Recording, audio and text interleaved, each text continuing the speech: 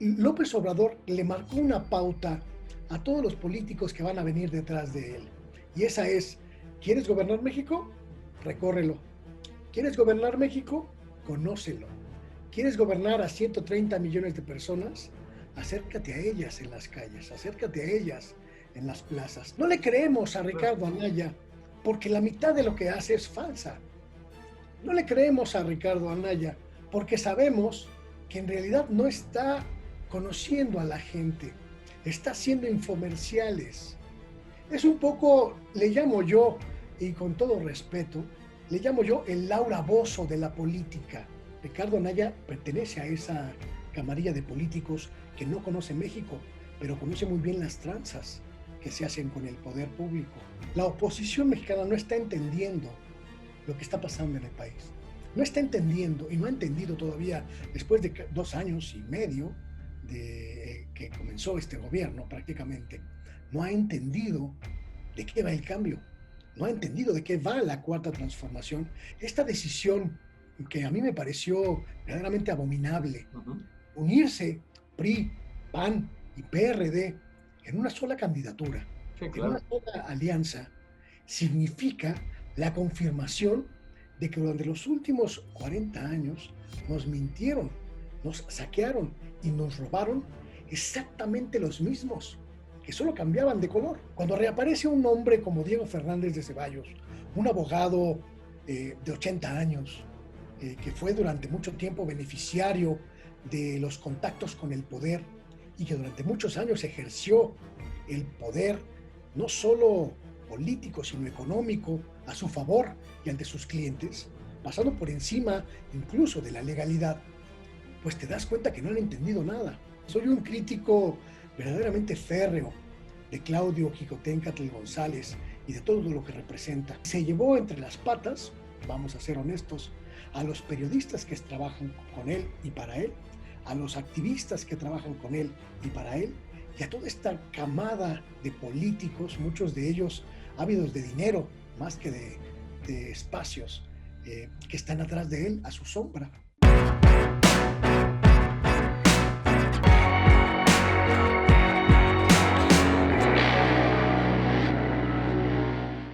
¿Qué tal? ¿Cómo están, amigos de Revelaciones de la Octava Digital? Como siempre, un gusto, como siempre, un placer que nos acompañen.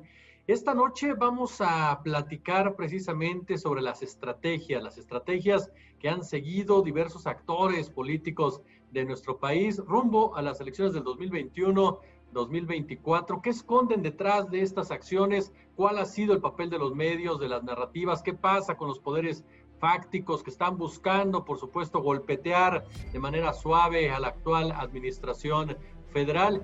Y vamos a platicarlo con un excelente periodista a quien, por supuesto, seguimos en Twitter, seguimos también, por supuesto, en sus diversas transmisiones en YouTube, a Luis Hernández. Luis, ¿cómo estás? Muy buenas noches. ¿Qué tal, Jesús? Un placer y verdaderamente estoy agradecido por la posibilidad de platicar de estos temas que tanto nos apasionan. Definitivamente. Oye, yo de entrada te soy muy honesto. Conozco bien tu posición, conozco bien tu crítica que has hecho durante mucho tiempo, precisamente a estos poderes, digamos así, fácticos que han existido en México, que han marcado en muchos sentidos el derrotero de esta nación, que han convertido a México en un país violento, en un país desigual, en un país corrupto. Y de entrada te preguntaría tu opinión respecto a las estrategias que siguen algunos integrantes de la oposición. Son varios temas los que quiero hablar contigo, mi querido Luis, pero de entrada, Anaya. Oye, Ricardo Anaya, ¿qué demuestra la estrategia seguida por este personaje? Que me queda claro que sería una enorme, pero enorme comedia si no fuera porque este hombre fue dirigente nacional del PAN, fue candidato presidencial, fue senador, en fin, parece que escupe al cielo cuando descubre la pobreza, oye. Me parece muy importante analizar todo lo que está ocurriendo con Ricardo Anaya, mi querido Jesús, porque sin duda es en estos momentos el político opositor que mejor está entendiendo de qué se va a tratar la elección de 2024. Déjame explicarte este asunto porque puede sonar raro. Es el, Bastante, a ver. único, es el único que ha entendido hasta hoy que la única manera de poder ofrecer una alternativa viable a la gente, una alternativa opositora viable a la alternativa de López Obrador, es ir a recorrer el país, estado por estado, municipio por municipio y ciudad por ciudad. Se habían olvidado los políticos mexicanos de eso. Se habían olvidado que este país se gobierna en las calles y que este país no se gobierna en el escritorio, este país no se gobierna sentado en la mesa con los poderes fácticos, los poderes económicos. Este país se gobierna con millones de gentes, millones de personas que tienen necesidades específicas. Lo que está haciendo Anaya es conocer el país que pretende gobernar. Otro boleto muy distinto es la ridiculez con los instrumentos tan irrisorios con los que lo está haciendo. Ese es otro boleto que podemos platicar con más amplitud. Pero me parece que de entrada, López Obrador le marcó una pauta a todos los políticos que van a venir detrás de él. Y esa es, ¿quieres gobernar México? Recórrelo. ¿Quieres gobernar México? Conócelo. ¿Quieres gobernar a 130 millones de personas? Acércate a ellas en las calles, acércate a ellas en las plazas, acércate a sus problemas, a su problemática. Hasta hoy, el único que ha empezado este derrotero es él, es Ricardo Anaya. Seguramente no va a lograr ser presidente de la República. Tiene demasiados negativos en su haber, demasiados problemas en contra, pero por lo menos es el único que hasta este momento ha entendido que la dinámica para pelear la silla presidencial a partir de 2018 va a ser esa, ir calle por calle a buscar el voto. Oye, pero ¿conecta realmente Anaya, ahorita me lo decías, una estrategia ridícula? ¿Conecta Anaya a pesar de este conocimiento? Porque yo te soy honesto, yo veo estos eslogans, estos videos y caray, oye, hasta me insulta porque estoy convencido que el hombre nunca se había subido un micro. Exacto, ese es el gran problema y por eso falla su estrategia y por eso es tan irrisoria y tan ridícula, porque no puedes recorrer el país con una cámara detrás, irte a dormir al hotel. No puedes recorrer el país en tu camioneta y irte a bañar a un hotel de lujo para estar bien presentable para la noche. ¿Me explico? Es decir, no le creemos a Ricardo Anaya porque la mitad de lo que hace es falsa. No le creemos a Ricardo Anaya porque sabemos que en realidad no está conociendo a la gente, está haciendo infomerciales. Es un poco, le llamo yo, y con todo respeto, le llamo yo el Laura Bozzo de la política. Es un poco como el compadre que gana 2,000 pesos a la semana y en lugar de pagar la luz, el agua, el gas, comprar la comida para la familia, se los bota en caguamas.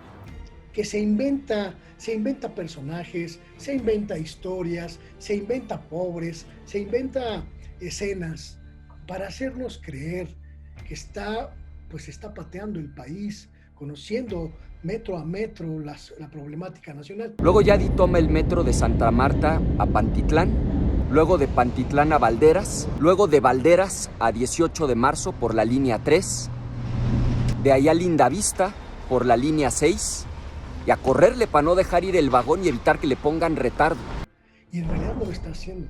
Si lo hiciera, estoy absolutamente seguro, si él, como tú o como yo, que hemos sido reporteros y hemos ido a las calles a conocer la problemática de este país, realmente se propusiera conocer lo que está pasando en México, pensaría muy distinto y estaría muy distante su discurso de la realidad que hoy nos quiere presentar.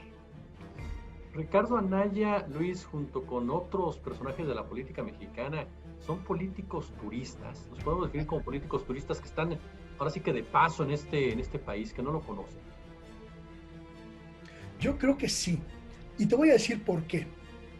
Porque toda esta camarilla de políticos, mi querido Jesús, se formó en un modelo en el que era completamente prescindible el contacto con la gente.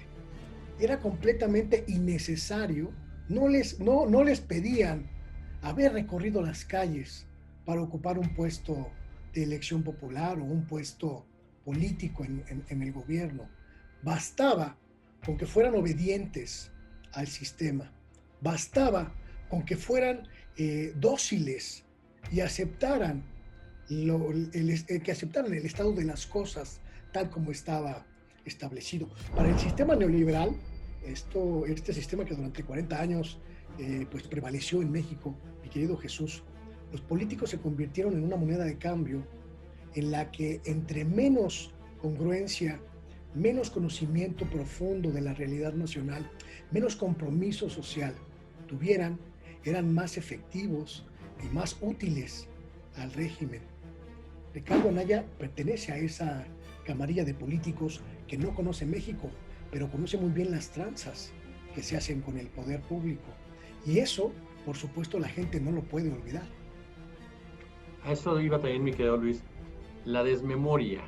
Los políticos le apuestan precisamente a esa desmemoria del pueblo mexicano. ¿Qué tanto el pueblo mexicano de verdad no olvida a un sujeto precisamente como Anaya, con todo este caudal de cadáveres que tiene en el closet de traiciones, la aprobación de las reformas estructurales con el señor Enrique Peña Nieto y otros personajes de los que estaremos platicando en un momento más, como el propio Diego Fernández Ceballos? Creo que durante mucho tiempo, y esto es una realidad, durante mucho tiempo los políticos apostaron por esa memoria de corto plazo que, de acuerdo con ellos, tenía el pueblo mexicano, Jesús. Y realmente creían que los mexicanos nos olvidábamos de las afrentas y de los agravios. Y apostaban a que un político podía fácilmente sacudirse cualquier carga negativa, cualquier, como dices tú muy adecuadamente, cualquier cadáver en el closet, simplemente dejándolo pasar. La gente en 2018 le mostró a este grupo político que no olvida, y no solo no olvida, está dispuesta a cobrar un precio muy alto por la traición política, por la traición social. Y me parece, sin duda, que vamos a tener otra probadita de ese escarmiento el próximo 6 de junio, mi querido Jesús, porque si las encuestas no se equivocan, si los sondeos no se equivocan, y si el pulso que algunos de nosotros estamos tomando en las calles no nos está mintiendo, seguramente va a haber una votación bastante poderosa de sanción a esta oposición que durante muchos años gobernó México y que ahora está verdaderamente en un proceso de descomposición. En un momento, Luis, en donde el gobierno obviamente ha tenido errores, ha habido tropezones, cuestionamientos, hace falta un contrapeso real, un contrapeso inteligente, un contrapeso de propuestas, no alguien que únicamente salga a vociferar o intente, mediante la mezquindad política, aprovecharse de los errores del otro. La oposición no entiende este momento, no entiende a la población, la oposición regresa a las prácticas del pasado. ¿Qué pasa por la cabeza de los partidos como el PRI, como el PAN, incluso como el cascarón del PRD? Creo que tú lo dijiste, tú lo acabas de decir perfectamente. La oposición mexicana no está entendiendo lo que está pasando en el país.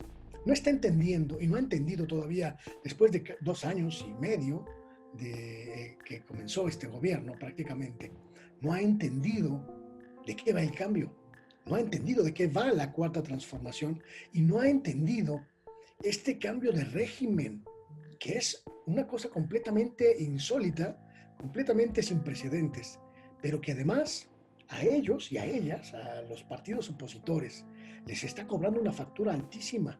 Y no es que el gobierno esté en contra de ellos, no es que López Obrador, el presidente, pues esté dinamitando las estructuras de la oposición, no. Ellos solos están dinamitando lo poco que les queda. Esta decisión que a mí me pareció verdaderamente abominable, unirse PRI, PAN y PRD en una sola candidatura, sí, claro, en una sola alianza, significa la confirmación de que durante los últimos 40 años nos mintieron, nos saquearon y nos robaron exactamente los mismos, que solo cambiaban de color, que solo cambiaban de siglas, pero que eran los mismos. Y por supuesto la gente que sabe y que entiende esto, que son millones, Claro. no está dispuesta a dejárselos pasar. Oye, Luis, a ver, regresa, bueno, llegó en su momento Anaya, regresa Diego, regresa Krill, reaparece Zedillo. ¿Tú crees que es casualidad? ¿Qué representa o a quiénes representa este regreso de los políticos vivientes hoy? Yo creo que es parte de la misma dinámica que estamos platicando, Jesús. Estamos viendo, sin duda, este no entender de qué va la transformación. Cuando reaparece un hombre como Diego Fernández de Ceballos, un abogado de 80 años, que fue durante mucho tiempo beneficiario de los contactos con el poder y que durante muchos años ejerció el poder, no solo político, sino económico, a su favor y al de sus clientes, pasando por encima incluso de la legalidad, pues te das cuenta que no han entendido nada. Cuando reaparece Santiago Krill como la carta fuerte del PAN, te das cuenta de que no han entendido nada. Un secretario absolutamente gris en su gestión al frente de gobernación en el sexenio de Vicente Fox. Un candidato completamente gris que no pudo conectar ni con la Ciudad de México ni con el partido del que aspiraba a ser candidato presidencial. Y cuando ves reaparecer a Zedillo y dar recetas, como si pudiera dar recetas el hombre que nos endeudó, digamos, de la manera más grotesca que se haya conocido en el siglo XX, para una deuda como el Fobaproa, que seguiremos pagando hasta incluso después de que tú y yo ya no estemos en este mundo, pues entonces nos queda muy claro, mi querido Jesús, que no han entendido nada, que ese campanazo de la sociedad mexicana les llegó en un eco sordo. Y esa es la cosa más preocupante, porque quiere decir que no tenemos oposición. Y el problema no está en que no haya oposición, mi querido Jesús. El problema está en que quienes no confían en la cuarta transformación no tienen opciones. ¿Quién es la oposición entonces en este momento al gobierno federal, Luis? Si no existe o no lo ha logrado levantarse todavía ese knockout los partidos como PAN, PRI, PRD. ¿Quiénes son entonces los opositores del presidente? Yo creo, y lo digo honestamente, creo que hay más oposición dentro de Morena, hay más oposición dentro de la propia nomenclatura del partido en el poder que fuera de ella. Y te voy a explicar por qué. Las principales pugnas que ha habido en torno de las políticas públicas que ha impulsado el presidente López Obrador en los últimos 2 años han venido desde adentro, han venido de los propios integrantes de su equipo, han venido del gabinete, de las disputas entre los propios secretarios de Estado, los encargados de las políticas de Palacio Nacional, los encargados del dinero, los encargados de las estrategias agrícolas, de las estrategias económicas, y ellas que están dentro del gobierno se han pues realmente significado en algunos casos por ser la verdadera oposición. Incluso me atrevería a decir una fracción muy significativa de las bancadas de Morena, tanto en el Senado como en la Cámara de Diputados, están fungiendo como una especie de bloque de contención hacia muchos de los cambios que se impulsan desde el propio Ejecutivo Federal. Este es un asunto muy, muy interesante porque no lo habíamos visto, al menos no lo habíamos visto de esta manera tan evidente en otros sexenios, mi querido Jesús. ¿Quiénes son los integrantes de esta nomenclatura, Luis, a la que hace referencia? Yo cuando escucho nomenclatura de inmediato me viene a la cabeza Carlos Salinas hablando de la nomenclatura priista que asesinó a Luis Donaldo Colosio. ¿Quién sería la nomenclatura de Morena? Estoy absolutamente seguro de que hay 2 grupos perfectamente identificables e identificados. Un grupo al que vamos a denominar los puros, que son principalmente los grupos izquierdistas de viejo cuño. Las figuras más representativas podrían ser Claudia Sheinbaum, la jefa de gobierno de la Ciudad de México, el senador Martí Batres, la senadora Citlali Hernández, este grupo de intelectuales, activistas y luchadores sociales que se conjuntó en torno de la figura de López Obrador, como el Gisbón, como Pedro Miguel, como Berta Luján, incluso el mismo Porfirio Muñoz Ledo, este grupo muy cohesionado de políticos de izquierda de amplia trayectoria, de gran arraigo en la lucha de la izquierda mexicana, y que significan un polo que impulsa la transformación y la agenda progresista de este gobierno. Y por el otro lado, el grupo que encabeza el senador Ricardo Monreal, y que tiene una alianza de facto, o una alianza de hecho, con el senador, con el presidente del partido, Mario Delgado, y pues obviamente por rebote con el canciller Marcelo Ebrard. Estos dos grupos, mi querido Jesús, están disputándose, porque además controlan una buena parte de las posiciones dentro del gobierno federal, están disputándose pues las diferentes corrientes, están disputándose los proyectos, es decir, qué posición ideológica va a prevalecer. No olvidemos, nada más para rápido poner en contexto esto, Sí, adelante. no olvidemos que Morena, mi querido Jesús, pues fue un conglomerado de fuerzas de diferentes ideologías que convergieron en torno de López Obrador. Estos dos grupos son los que controlan en estos momentos el partido. Se disputan las posiciones en el partido, en el Congreso e incluso en el gabinete. Y son las dos corrientes que están pues luchando abiertamente con sus posiciones, no muy confrontadas, pero sí con diferencias de matiz que son muy significativas en un cambio como este. Corre riesgo, ahorita que planteabas este tema, Luis, corre riesgo el legado de Andrés Manuel López Obrador si, por ejemplo, llega un personaje como Marcelo Ebrard Casaubon, criado con Manuel Camacho Solís, un hombre cercano a Carlos Salinas de Gortari, ese famoso neoliberalismo que parte de Miguel de la Madrid Hurtado. ¿Corre riesgo en dado caso que llegara Marcelo Ebrard? Yo creo que no. Yo creo que habría cambios muy significativos en términos de las formas de ejercer el poder. Si Marcelo Ebrard fuera el candidato y después el presidente de la República, pero no habría un cambio radical con respecto del gobierno de López Obrador, como no lo hubo, mi querido Jesús, cuando Marcelo Ebrard sucedió a López Obrador en la jefatura de gobierno. Realmente lo que vimos fue la consolidación de los cambios que en muchos casos había impuesto o había iniciado la jefatura de gobierno de López Obrador en la Ciudad de México. Pero me parece que habría mucho menos matices, habría mucha menos turbulencia, digámosle de esta manera, si la candidata fuera Claudia Sheinbaum. Porque me parece que en esta disposición de fuerzas ideológicas, Claudia Sheinbaum está mucho más próxima ideológicamente a López Obrador que Marcelo Ebrard. Pero es una cuestión de matices, ¿eh? Cualquiera de los dos podría, sin lugar a dudas, dar continuidad eficiente y eficaz a la cuarta transformación.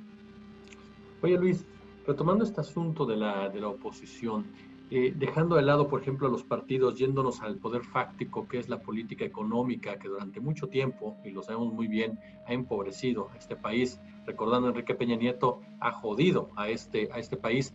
¿Tú crees que haya una agenda en contra del gobierno por parte precisamente de este poder fáctico? Hay algunos empresarios que están cerca, el presidente Ricardo Salinas Pliego, Romo y demás, pero me da la impresión de que esta derecha empresarial no está cómoda con Andrés Manuel López Obrador, aunque no se le haya tocado prácticamente, no está cómoda porque no hay alguien de los suyos en el poder. ¿Tú crees que hay esta agenda de golpeteo a través de sus medios de comunicación?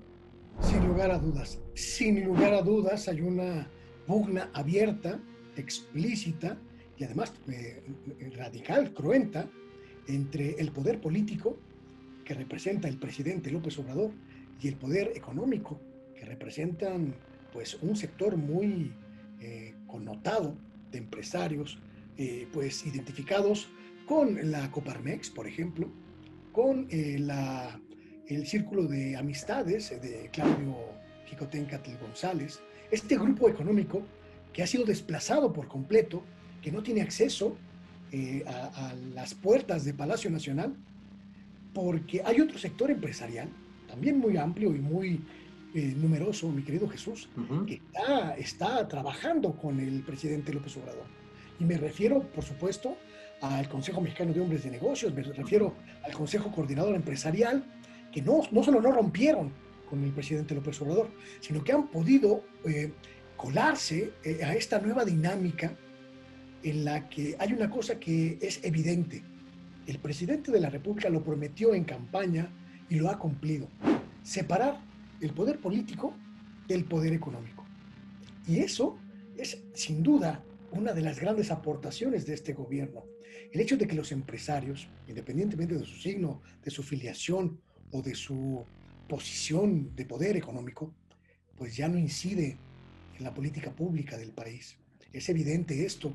Si nosotros recordamos rapidísimo las pugnas que hubo entre el entonces secretario de Ecología, de Medio Ambiente, Víctor Toledo, y el entonces encargado de la oficina de la presidencia, Alfonso Romo, pues era la pugna abierta entre el sector económico y esta idea progresista de la ecología y de la industrialización en México. Ellos estaban abiertamente en pugna. Primero salió uno y luego salió otro. ¿Y qué pasó? Que el presidente dijo: los agroquímicos se prohíben en México. Se cancela la producción de químicos para el campo y vamos en la ruta de prohibir todos aquellos asuntos como el glifosato que afecten al campo. Esta pugna y esta decisión presidencial nos muestran que, independientemente de que se peleen los empresarios y los políticos, el que está tomando las decisiones es el poder político. Y eso es un cambio brutal. Oye, ¿Claudio X González es un peligro para México? Yo creo que Claudio es un peligro para sí mismo. Y lo digo honestamente. Soy un crítico verdaderamente férreo de Claudio Xicoténcatl González y de todo lo que representa. Partiendo de ese punto, partiendo de esa animadversión que abiertamente reconozco y que abiertamente expreso, mi querido Jesús, creo que Claudio Xicoténcatl González ha cometido 3 errores gravísimos, pero son 3 errores gravísimos para sí mismo, no para el país. El primero, rodearse de priistas y de panistas de la vieja guardia que hoy no tienen nada que ofrecerle al país. Ese fue el primer error. El segundo error fue encapricharse con su obcecación de impedir que el gobierno del presidente López Obrador hiciera los cambios que se planteaba desde la campaña presidencial. Esta necesidad de erigirse como un factor de contención al poder presidencial y al poder político no solo le ha fallado, sino que ha redundado en una de las peores imágenes públicas que se recuerden a un empresario. Y me parece que ese es un error que no ha valorado todavía adecuadamente Claudio Xicoténcatl González, seguramente porque está asesorado por gente que no está entendiendo, como tú bien dices, lo que está pasando en el país. Pero hay un tercer error que también es muy grave. El error de haber construido todo un aparato mediático, económico y social alrededor de él, que hoy quedó completamente contaminado y desprestigiado porque él se lanzó a la política. Tenía que haberlo hecho al revés, exactamente al revés. Crear un capital político y desde ese capital político, con toda legitimidad, con toda honestidad y con toda pertinencia, construir las bases de otros aspectos. Lo hizo al revés, exactamente al revés, y se llevó entre las patas, vamos a ser honestos, a los periodistas que trabajan con él y para él, a los activistas que trabajan con él y para él, y a toda esta camada de políticos, muchos de ellos ávidos de dinero más que de espacios, que están atrás de él, a su sombra. La mediocracia, mi querido Luis, los medios de comunicación, personajes que han estado en ellos durante mucho tiempo, caso Carlos Marín, caso Enrique Krause, el propio León Krause, estos intelectuales que durante muchos años están en el bolsillo de los gobiernos panistas y priistas. ¿Qué tanto son un riesgo para la democracia en México? Mira, creo que durante muchos años en México los medios de comunicación han fungido como una caja de resonancia del poder político principalmente, vía las subvenciones, vía el pago de publicidad, el pago de convenios de publicidad, pues los medios estaban sometidos al poder político presidencial en general y en particular. Y esto derivó en una prensa, pues, como ya la hemos comentado muchas veces en tus propios espacios incluso, una prensa mediocre, una prensa sometida, una prensa pues que no conoce la realidad social y es incapaz de reflejarla. Lo que está ocurriendo ahora es una alianza de estos mismos periodistas que perdieron el poder político porque perdieron el contacto con el poder presidencial y con el grupo en el poder político. Y ahora los vemos buscando alianzas, los vemos buscando subvenciones en el poder económico. Hay un problema en esta lógica. No es lo mismo servirle a un partido político que servirle a un grupo económico. Y los periodistas que no han entendido eso son aquellos que hoy se están dejando envolver por esta dinámica sin entender que la sociedad mexicana ya cambió y que la sociedad mexicana reconoce con mucha claridad desde dónde le estás hablando como periodista. No es casual, mi querido Jesús, no es casual que proyectos como el de La Octava, que apuestan por una pluralidad, que apuestan por una serie de espacios donde haya voces de todos los tintes ideológicos, estén teniendo la aceptación de la gente. No es casual, porque la gente está buscando aire fresco en los medios de comunicación. Ellos no lo han entendido, ese es el gran problema. Y no lo han entendido porque creen que se trata de esperar unos meses o unos años a que termine el gobierno de López Obrador y todo va a seguir igual. El problema está en que lo único que va a ocurrir es lo que ya estamos viendo ahora, mi querido Jesús, que están desapareciendo muchos medios, no solo por su incapacidad económica, sino porque la gente les da la espalda. Y esa, sin duda, es la sentencia social más demoledora que puede tener un medio de comunicación. Acaba de escuchar, amigo de Revelaciones, Luis Hernández, excelente periodista. Sígalo de verdad en su cuenta de Twitter, así como también en sus espacios en YouTube, por supuesto, nada más ni nada menos que en Rompeviento. Luis, yo te agradezco muchísimo de verdad estos minutos para Revelaciones, oye. Muchísimas gracias a ti, de verdad, agradezco en todo lo que vale la generosidad de tu invitación y muchas gracias y un saludo al auditorio de La Octava.